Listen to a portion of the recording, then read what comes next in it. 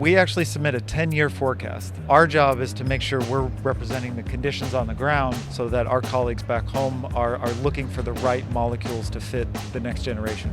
One of the hot topics in agriculture today are, of course, biologicals. It seems very new. It's not new. We can trace some of our technologies and lineage back to the first patented legume, Rhizobia inoculant, in 1896. Welcome, listeners, back to the Ag News Daily Podcast, weekly edition of the show. You gave me homework last week, Delaney, and I didn't do anything with my homework to come out with a better way to introduce that. Come on, Tanner. You only had one assignment.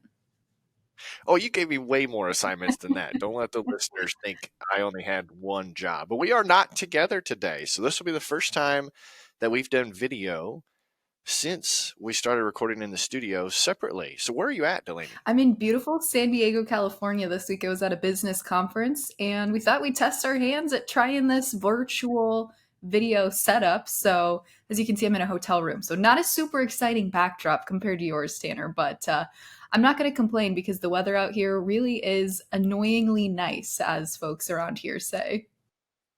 So are you going to come home or are you going to stay there for a while? Well, I guess time will tell. All right. Well, let's get into the news. We'll start off with a little bit of weather here. We do have red flag warnings that have been issued for the eastern 2/3 of Nebraska and parts of several other states in the Midwest, according to the National Weather Service. Counties in Iowa and South Dakota are also included, along with strips of land throughout central Kansas, stretching from Nebraska to the Oklahoma borders, according to the National Weather Service maps. In eastern Nebraska, we could see those gusts of wind hitting 30 to 40 miles per hour, according to the agency. Relative humidity will drop around 15%, and that's what makes wildfire spread potentially rapid and dangerous. So the National Weather Service is putting that precaution out there. In south central Kansas, winds will be sustained 20 to 30 miles per hour with that relative humidity below 17%. Those gusts could hit 40 at times. It's looking like a windy and typical temperatures for most of our weekend here, Delaney. However, we could see a widespread warm-up next week, Sunday into the beginning of next week. So it'll be interesting to see how beautiful and how many seeds get put into the ground next week. No kidding. I think we're going to see some big jumps in the crop progress planting report next week. And even though 16 out of our 18 top corn growing states are considered in a drought, we did see more growers take to the field over the past week. As of April 7th, we're having now 3% of the nation's corn crop in the ground, up 2% from the week prior. Tanner, like you said, I think we're going to see a lot of planters roll. Do you think we'll be in double digits this time next week? I think so. It sounds like a lot of folks here in central Iowa have plans to really get going hard, so I assume it's going to be the same way. Did see some pictures from Indiana of some good rainfall, so they might be a little bit behind, but I bet you we jump up. I think so as well, but I love seeing farmers take to Plant 2024 on Twitter and Facebook and Instagram. We asked a couple of folks across social media to allow us to share their photos here with you all on today's episode. So some fun photos, Tanner, of folks hitting the fields. But if you are going to be starting planting here within the next week or couple of weeks, send us your photos or tag us on social media at Ag News Daily. Maybe we'll feature a couple in the upcoming episodes. But that warm temperature, I think, certainly will get folks itching. Tanner, when do you think you guys will start?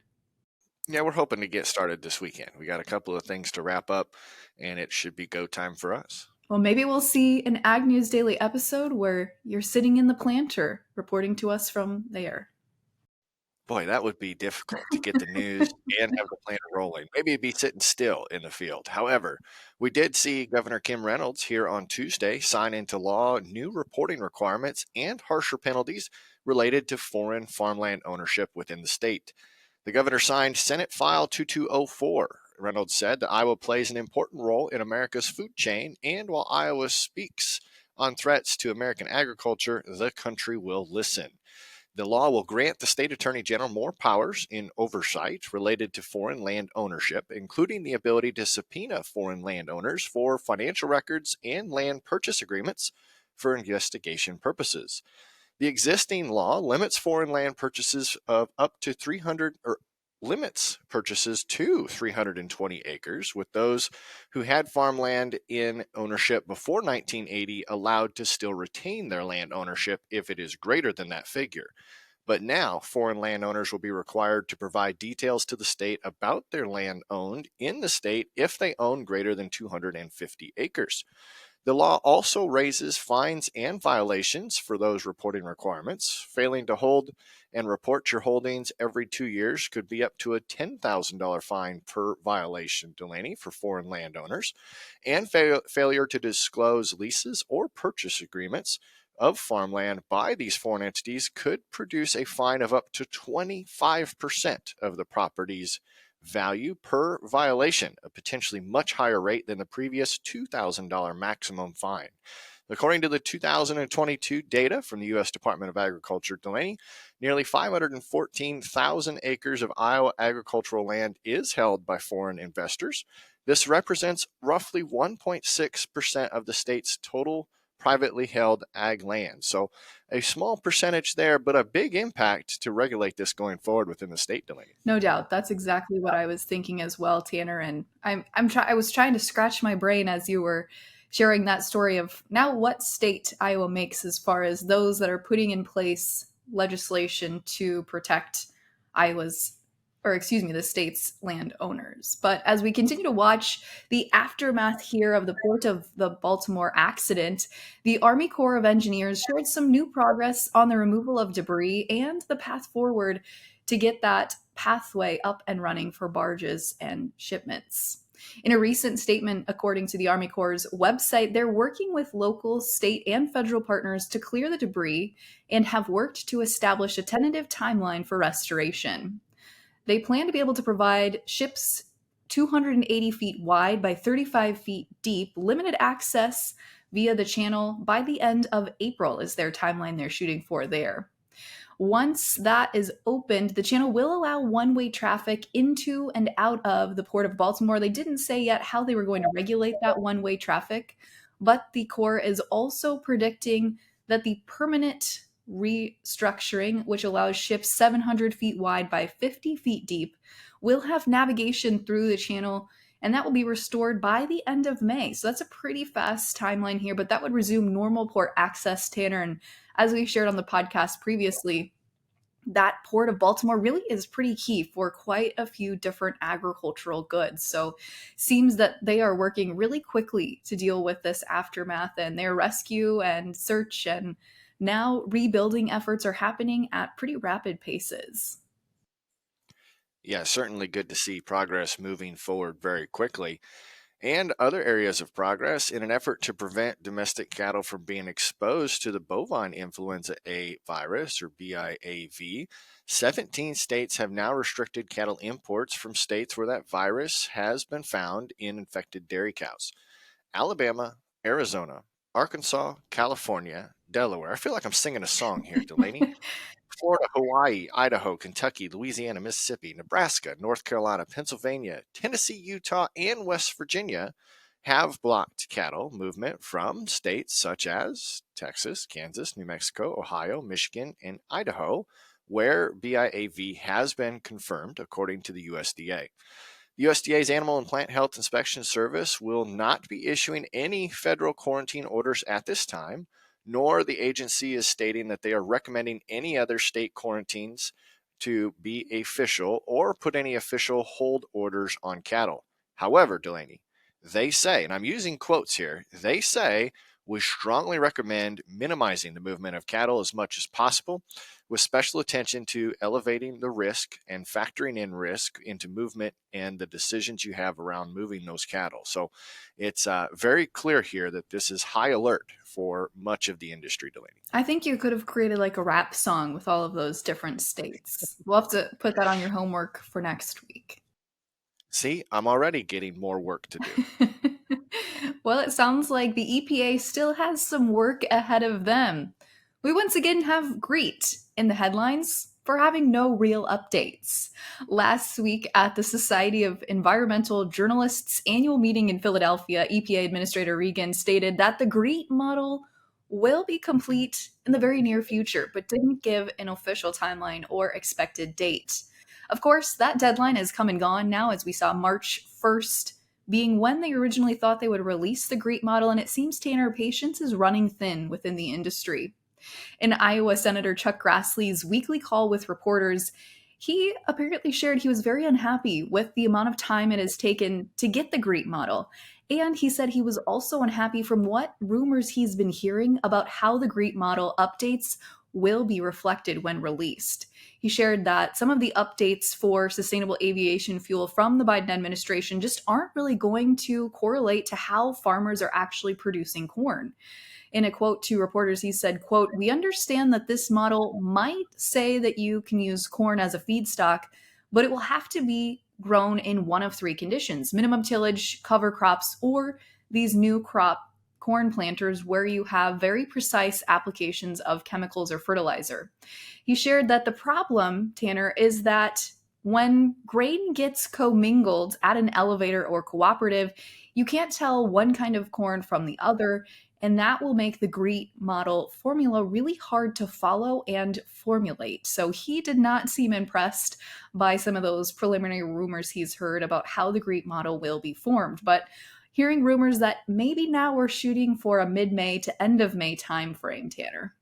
Yeah, and that is one of the questions I think we've been asking those close to this from the beginning, is what and how you identify one kernel of corn to the next kernel of corn. We got some good news for our listeners in the Texas Panhandle area.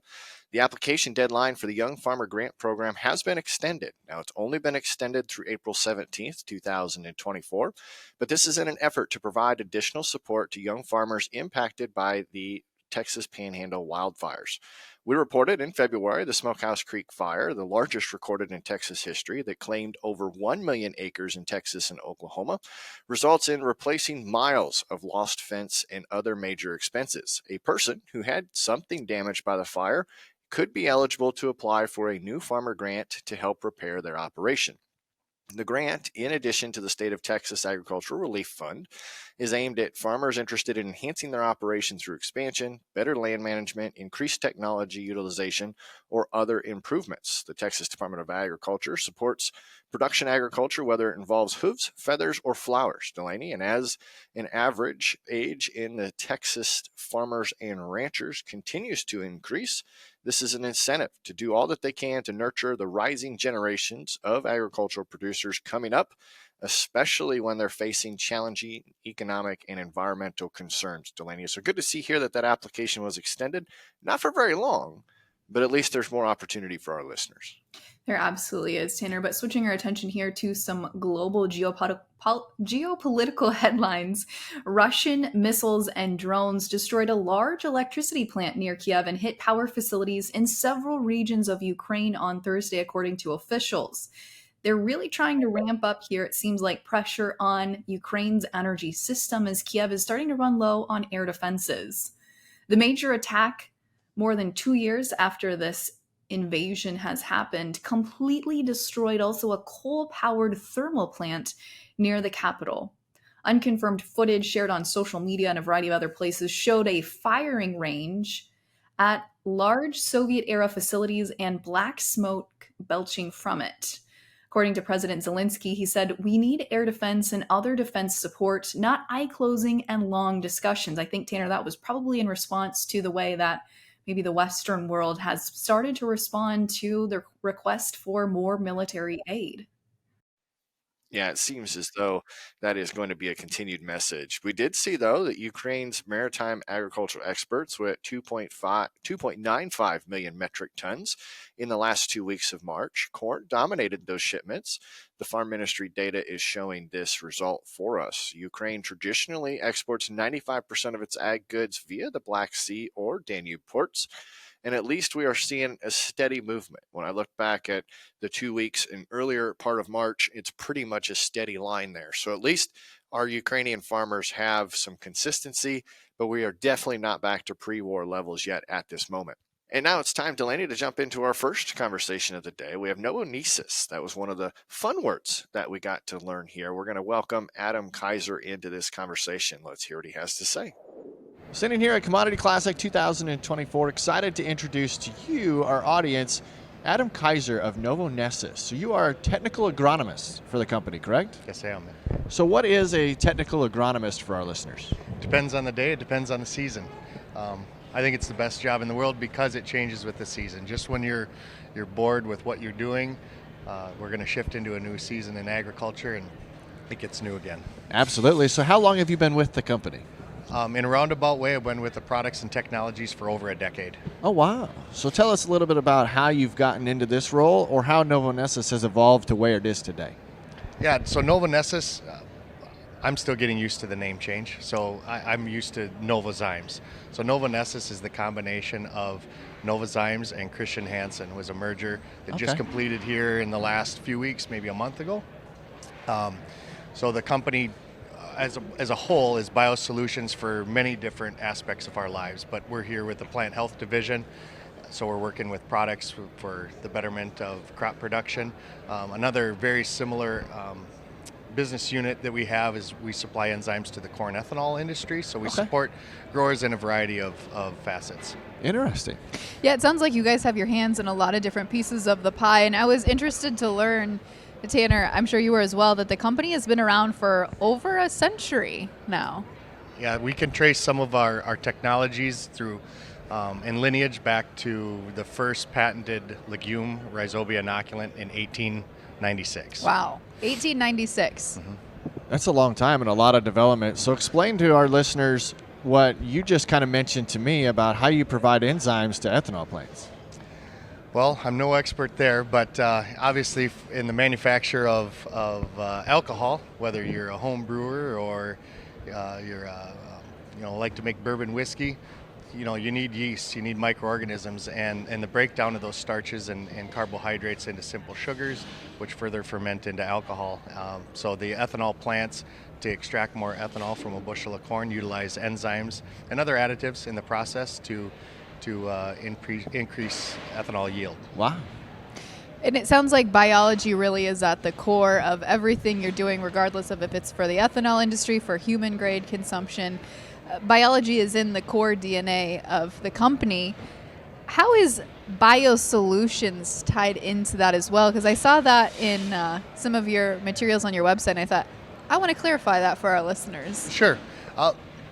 One of the hot topics in agriculture today are, of course, biologicals, and it seems very new. Here at Commodity Classic, there's a lot of vendors and companies that are exploring opportunities to increase farmer growth and plant health. It's not new. Like I mentioned, it traces back to over 120 years ago. We've been a part of that and the evolution of that, as simple as legume inoculants and now to products and technologies we're looking at today. And outside of traditional row crop agriculture, maybe more horticulture and things on the coast where biopesticides are even being employed in complement to chemistry tools as well. Now, I'm glad you mentioned maybe the special crops or secondary crops, because when we think row crops, or when we think crops, we're thinking conventional row crops, and we really kind of focused on that angle for biologicals. But to your point, Adam, biologicals have been used in maybe some of these secondary markets like horticulture, specialty crops, etc., for quite some time, it sounds like. They definitely have. Of course, outside of the U.S., they're even a bigger play in traditional row crop agriculture as well. So as you mentioned that you're fresh off of a merger, what does the merger bring to the agriculture industry as far as the products are offered? Still yet to be determined from the chair I sit in, but I know there's a great deal of competence in other organisms that we at Novozymes currently aren't experts in. Manufacturing is a huge part of anything, right? And when it comes to bacillus fermentation, I know our folks from Christian Hansen are the experts in that realm. Right. So we're excited to bring along those products and technologies and pair them with our existing technologies we have. That's right.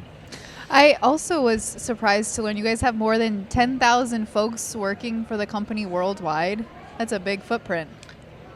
That's news to me. I knew it was a big number. I've often been told and have even repeated that Novozymes, now Novonesis, might be the largest company you've never heard of. Outside of our space, again, biosolutions for human health, animal feed, textile industries, baking, brewing, milk production. I mean, the list goes on and on. Anytime a microbe or an enzyme or a biosolution is at play, we're there. Well, I think that's so unique too, Tanner. You know, it's almost not quite a closed loop system, but you're really impacting every part of the value chain from field all the way to pretty much the fork. Yeah. Field to fork is a tagline we've used often. So as you've gotten to meet producers and have conversations with them here at Commodity Classic, what are you telling them to help mitigate risks in this 2024 growing season? I don't know if I'm qualified to do that all the time, to be honest with you. They have a lot of questions. We don't tell anybody how to they're the experts, right? I could never do what they do. They do come to us for advice and help navigate the space to successfully use our products, having questions about the industry and space, and we're pretty qualified to do that. Like I mentioned, producing similar type organisms. We've been a part of the evolution of what we see as biologicals in agriculture today, and having that expertise from manufacturing to compatibility and understanding how they work together with current maybe chemical means is pretty important. So those are a lot of the conversations that we have, and like I mentioned, we don't tell anybody how to do something better. It's about listening and understanding the situation. I reside in southern Minnesota. We've had conversations with growers all across the U.S., and it's amazing how different they are, but also how similar, whether the crop or whatever, that how plants and crops grow and are harvested. Right. 2024 is going to be another crucial year, Delaney. Yeah, we certainly talk about farm profitability and ROI all the time. And it's in years like this, I think actually biologicals and some of these alternative products really make sense because you're potentially reducing inputs on the other end and still going to see increased yield, increased soil health, increased plant health. But in some of those conversations you're having with growers outside of Commodity Classic, those folks you work with day to day, do you have a story or a moment where it really hit home for a grower and it was kind of that aha moment for them? Well, anybody that knows me knows the storybook is long with me and extensive. I guess really talking about the history, I think what I mentioned early on is just the aha moment of how far back biological use in agriculture is, preceding commercial fertilizer, going back to ancient times, in fact. And I think then the comfort level of these products and technologies, is greatly improved. I think that's the aha moment to me, is just understanding this is not something new. This is something that is foundational for agriculture, period. It's so crazy to me, too, that it goes back that far in history, but biologicals as a term has been maybe a buzzword here over the last 5 years or so. Yeah, you're not wrong at all. And I think that we're probably going to catch the attention of a lot of our listeners when they don't realize how far back the usage goes. So if they want to dive deeper into Novonesis, how do they look up more information? The internet. Hey Siri. Whatever it is today. But our website, Novonesis.com, I'm sure our old links with Novozymes work. I'm not totally aware how far back we go. I know I open a lot of my trainings, because we offer a lot of trainings for agronomists. I open up with that, and start taking that. And that came through research of ancient agriculture as well, from moving soil from a plot of land to another to improve crop growth. They didn't understand why. Right. They just noticed that it worked, and it led to where we are today. So are the products available through direct purchase, or is it through a network of dealers? Yeah, traditional ag retail is our go-to-market strategy, has been and continues to be. So any cooperative, large chain. So they can work with their trusted agronomist as is, just needs to inquire about the products that you produce. That would work. Well, that's great. Well, this has been a fun Commodity Classic. Hopefully you're enjoying your time as well. We appreciate you coming over and sitting with us. Thank you. Well, another great conversation, Tanner, we had at Commodity Classic just over a month ago now was with BASF's Marketing Director for Crop Protection, Brady Spangenberg, talking all things crop protection and what's ahead for the growing season here. So let's turn it over to that conversation. Brady, we're so excited to chat with you today. Thanks for joining us. Well, thanks for having me, Delaney. Happy to be here. Brady, I would love to dig into learning a little bit more about your role. It sounds like you've got a lot of big shoes to fill with your role as head of crop protection for all of the U.S.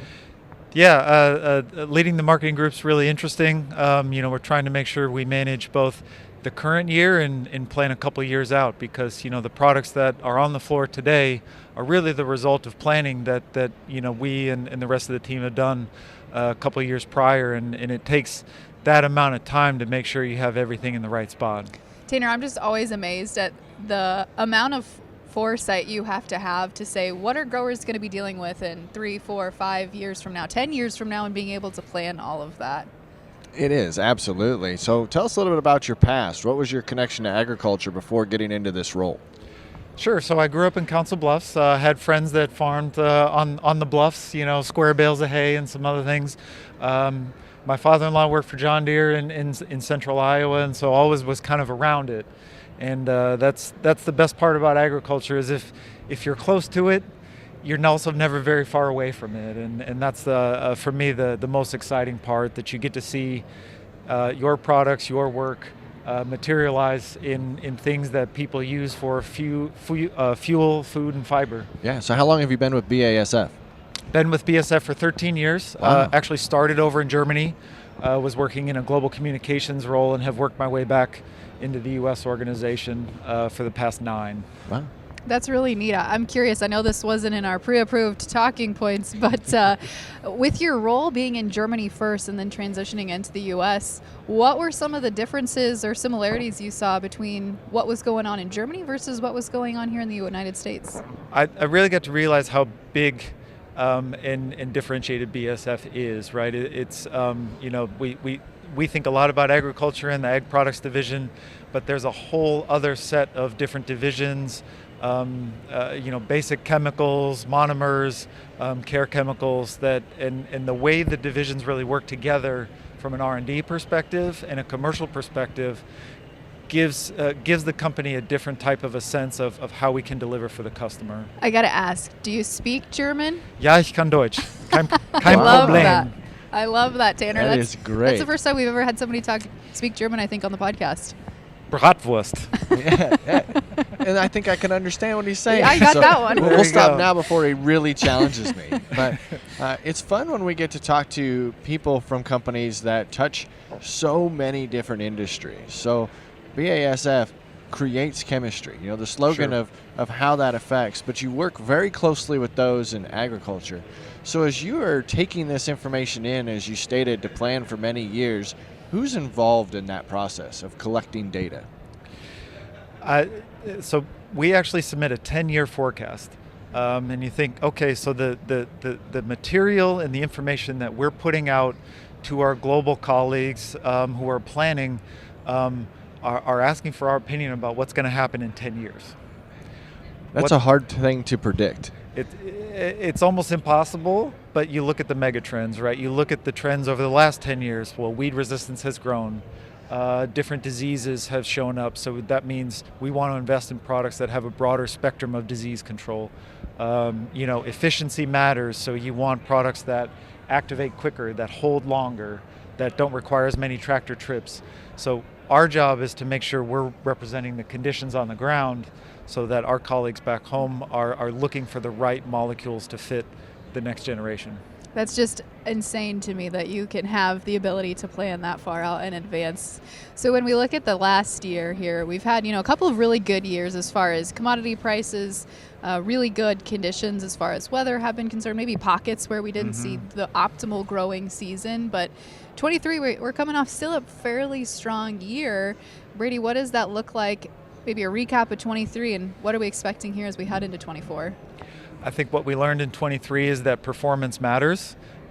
Even in an elevated commodity price environment, you can still lose money by suboptimizing, by going for something that may not hold as long or something that may not work as well. You might not get as much coverage. We saw things with that with your selection of your glufosinate formulation. If there are cheaper alternatives, but you want something that's going to perform under most conditions. It's going to go through the sprayer efficiently, and it's going to give you that coverage and that broad spectrum weed control that you're looking for out of your knockdown chemistry. Those that didn't wound up having to go back when you had some late season rain flushes in June and July, and the pigweeds and the water hemp just sprouted right back out. So what do you think will be some of the challenges for growers here in 2024 as we talk Midwestern United States? I think 24 is going to be the year of performance. We have softer commodity prices than we had last year, and the inclination might be to try and save your way to prosperity.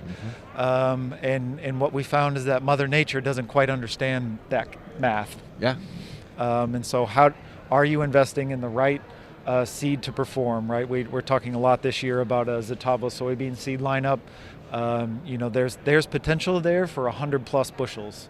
But that means we have to invest. That means we have to prepare right. So you're talking overlapping residuals, your pre and your post, selecting a residual that will hold longer than maybe 10 days. So something like a Zidua herbicide. And then really talking about that performance fungicide spray. Are you selecting for something that is broad spectrum, covers a number of diseases, and also reinforces the plant with optimized growth efficiency, and something that offers protection during drought. I think you mentioned that last year there were pockets that didn't see a lot of rain, and they can still benefit from a fungicide application to carry that plant through. As we think about 2024, Commodity Classic is the place really to unveil new products, have great discussions with farmers. What are some of the discussions that you've been having with farmers about how we enhance performance here in 2024? We've been talking a lot about our performance-driven fungicide lineup. I think that the word plant health, which BASF pioneered 10 plus years ago with Headline, 20 plus years ago with Headline, has become kind of ubiquitous in the fungicide sphere. And so for us, we're looking at a new class of fungicides that we have in the marketplace, Veltima fungicide for corn, Revitec for soybeans, and looking at the different ways that those fungicides perform under different conditions. So you need broad spectrum disease control, that's a no-brainer in fungicide, but you also need support in stressful environmental conditions. Can the fungicide help the plant survive when it doesn't rain for 3 weeks? As an example, can the fungicide help the plant grow a stronger stem when you get 50-mile-an-hour wind events? And we've had growers tell us they use Veltima as part of their wind insurance. Wow. As an example. So talking about the lessons from 23 and applying those in 24 is going to be the key. So as producers feel like this might be one of their most challenging seasons ahead of them, how is BASF meeting them in the field to help provide that support? Our goal is always to work with with the channel partner. We find that success is a conversation between a community. So it's not just the farmer, it's their retailer, it's their agronomist. It can be their banker when you're talking about investing in a crop. And so our job is to facilitate that conversation from a plan perspective. We continue to offer a leading low financing program in the marketplace. We think that helps get people having a planned conversation versus constantly reacting to all the curveballs that Mother Nature throws at you. That to me really gets folks off on the right foot. And the more people we have in that discussion, the better. Absolutely.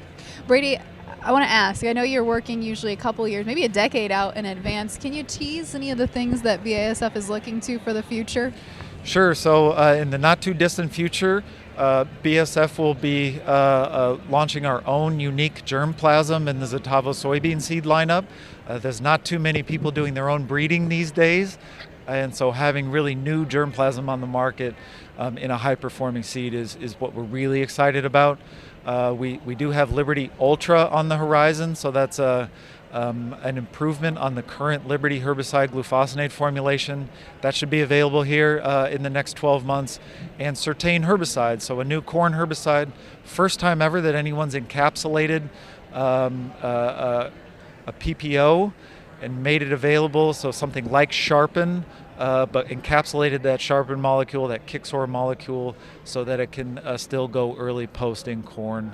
So what we're trying to do is create and launch brands that help people be more efficient, help them make sure that they have products to support them when they're trying to map everything out. Well, this has been a great conversation. I'm glad that you were able to join us today. But for our listeners, if they want to learn more, how do they look up? So they can always find us on the web, and the web will direct you to your local BASF rep. So BASF.com, bsfagproducts.com, and then we also have a few sort of more agronomically oriented channels. If you're more interested in sort of medium form agronomic insights, please visit us at GrowSmart Live. And if you're looking for more of a research library on fungicide performance, RevX Fields, so REVXfields.com can get you the right information about fungicide performance in your area. Not just BASF fungicides, but us versus our competition. And if you are on the fence about should I or shouldn't I invest in a fungicide, that website should really help you try and make that decision. Well, good. Thank you again for spending time with us today. Thanks so much. I love being here. Well, Tanner, that was another great discussion there. Looking forward to some more fun conversations on the podcast. We've got a special episode coming for our listeners next week, but this week in a couple other headlines, we saw, of course, the April WASDE report came and went with little excitement to the markets.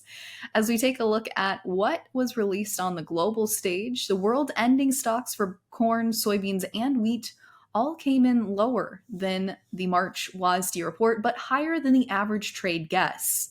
U.S. ending stocks, however, for corn, soy, and wheat all came in higher than the average trade guess, and we saw corn and wheat exports remain unchanged from the March report.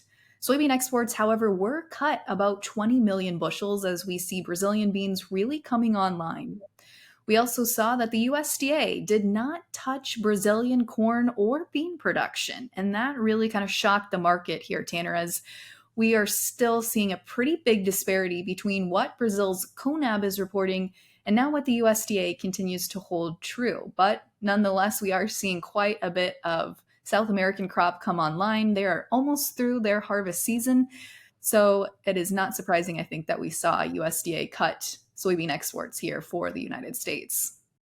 Yeah, definitely. I think there's a lot of response on social media, especially on X, in regards to that report. On the livestock side of the equation, after last week's scare with the human contracted avian influenza case, the cattle markets seem to have regrouped a little bit after seeing choppy trade action this week. June live cattle headed into the Friday session in positive territory in the lean hog markets. Although we saw a bit of an ugly trade session midweek, June lean hogs do appear to be healing heading into their summer rally, and that season will continue to bring an upward trend for at least the next couple of weeks following their normal season tendencies, Delaney. But that sounds like a pretty good wrap to the news for the first time recording it in two different locations. Listeners, we appreciate you hanging out with us. Delaney, like you said, send us your planting pictures. We want to see what your progress looks like in the field, and maybe we can use some of those photos in our content. Absolutely, Tanner. You have to take some photos while you're in the planter here over the weekend as well. Share with our listeners. I can do that. But what do you say, Delaney, for today? Should we let the listeners go? Let's let them go.